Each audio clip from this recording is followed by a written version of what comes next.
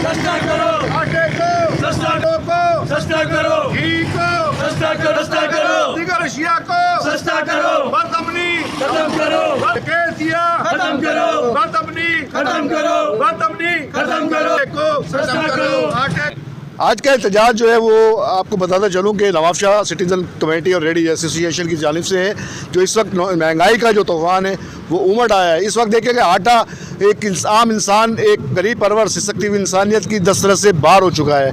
वो बाहर ऐसे हुआ है कि इस वक्त आटा जो 40-50 रुपये किलो होता था, अब 150 रुपये किलो आटा हो चुका है। हज़ारों की तादाद में यहाँ सुबह जब स्टॉल लगता है तो हज़ारों की तादाद में हमारी माएँ, बहनें और ख़वातीन जो है वो सरेआम यहाँ पर बेआबरू हो रही हैं आटे की वजह से, क्योंकि घर में खाने को ही नहीं है कुछ। वहाँ पर जहाँ 3 वक्त का चूल्हा जलता था वहाँ पर 1 वक्त का चूल्हा जलना इस वक्त मुश्किल हो गया है। महंगाई इस कदर हो चुकी है कि हर एक आदमी, गरीब ही नहीं बल्कि मिडिल क्लास और अमीर आदमी भी इससे मुतासर हुआ है। दूसरा, बदअमनी के ख़िलाफ़ आप देखें कि सब पूरा शहर क्राइम स्ट्रीट भर चुके हैं, मोबाइल छीने जा रहे हैं, दुकानों पर डकैतियाँ हैं, दुकानों के अलावा घरों में रात में जो है वो डकैतियाँ हैं, सरेआम मोबाइल लूटे जा रहे हैं। ये बदअमनी की सूरत हाल जो है वो नहीं होनी चाहिए थी। एसपी साहब तो इस वक्त शादी के मज़े ले रहे हैं और उन्हें पीछे परवाह नहीं है कि इस वक्त नवाबशाह शहर की क्या सूरत हाल है। सेफ सिटी इसको बनाया गया था, लेकिन उसके बावजूद भी चोरियाँ डकैतियाँ रुकने का नाम नहीं ले रही, थमने का नाम नहीं ले रही। हमारा मुतालबा वज़ीर-ए-आज़म पाकिस्तान से ये है कि महंगाई की रोकथाम की जाए। असां सब अॼु सूरन वारा गॾु थिया आहियूं अटे खे सस्तो कराइण जे लाइ। अटो महांगो आहे ऐं खंडु महांगी आहे, अॻे महांगो आहे, चांवर महांगा आहिनि, ॿी जेकी अशिया आहे सभु महांगी आहे। ग़रीब जे वठण को ज़ोर आहे। ग़रीब जो चुल्हो ॿिनि वक़्तनि जो नथो हले, हिकु वक़्त जो बि नथो हले। गुज़ारा आहे सॼो ॾींहुं अटे जे चकर में माण्हू लेन में बीठा आहिनि।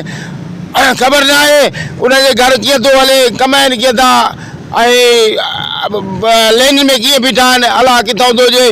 गुज़ारा असां इंतिज़ामिया खे, हुकूमत खे ऐं ज़रदारी साहब खे ऐं अदी फरियाल खे ऐं इंतिज़ामिया खे, नवाज़ शाह जे इंतिज़ामिया खे, नवाज़ शाह जे ज़िम्मेवारनि खे सभिनी खे रिक्वेस्ट कयूं था, ख़ुदा ग़रीबनि जो साथ ॾियो।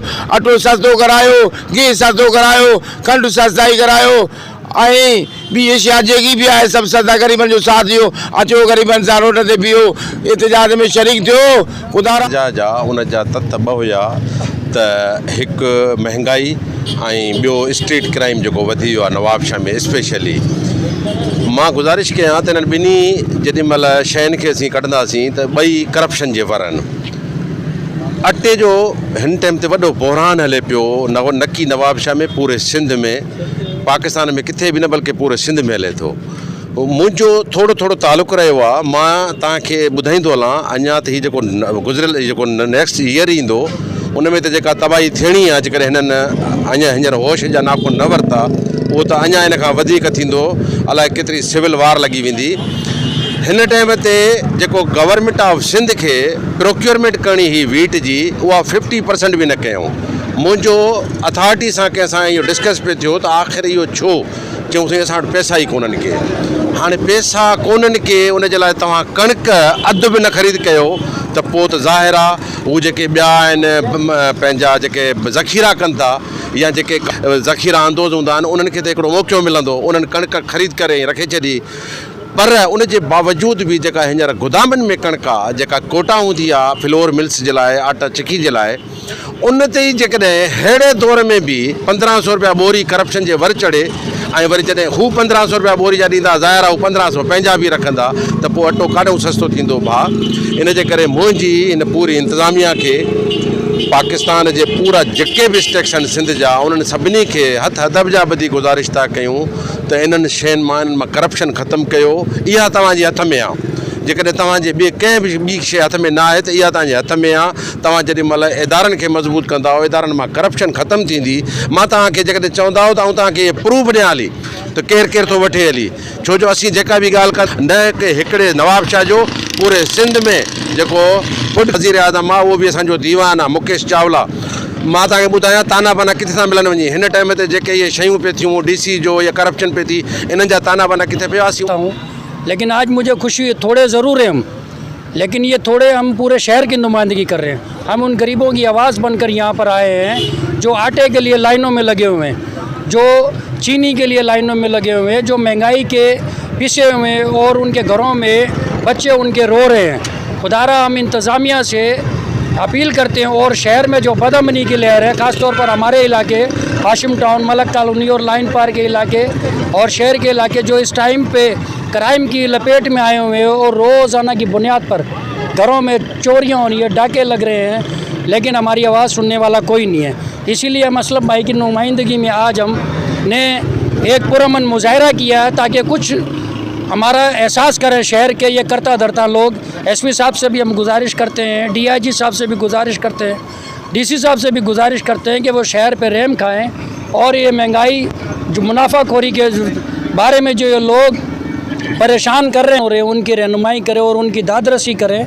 और क्राइम के भी लिए SHO साहिब तमाम और DIG साहब और SP साहब से भी हम गुजारिश करते हैं और सिंध गवर्नमेंट से भी गुजारिश करते हैं कि वो हमारे शहर पर रहम खाएँ। और कमेटी के प्लेटफॉर्म से ये गुजारिश करना चाहूँगा नवाब शाह के आला हुकाम से कि इस वक्त जो महंगाई का तूफ़ान बहुत परेशान है। एक तो खाने पीने की अशिया जो है वो इतने उरूज पर पहुंच चुकी है, उनकी प्राइस के एक गरीब आदमी के लिए जो है ना वो सरवाइव करना बहुत ज़्यादा मुश्किल हो गया है।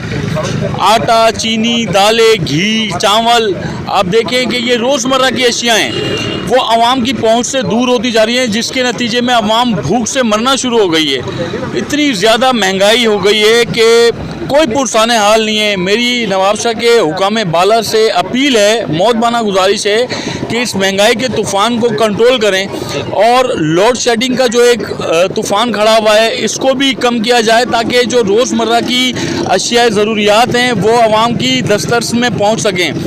गैस की लोड शेडिंग इतनी ज़्यादा है कि घर से निकलते हैं और होटलिंग पे ज़्यादा जो है आवाम का जोर है, जो कि वो अफोर्ड नहीं कर पाते, लेकिन मजबूरी के आलम में वो इसको भी सरवाइव कर रहे हैं। इतनी कम आमदनी के अंदर ये सारी चीज़ें, सारे इश्यूज़ जो हैं वो आवाम झेल रही हैं। मेरी नवाब शाह के और हुक्मरान बाला से गुजारिश है कि इसके ऊपर फौरी तवज्जो मबज़ूल कराएँ ताकि एक गरीब तबका जो है, एक आम शहरी जो है, उसकी दस्तरस में ये चीज़ें हासिल हों और जो है लोगों की दादरसी हो।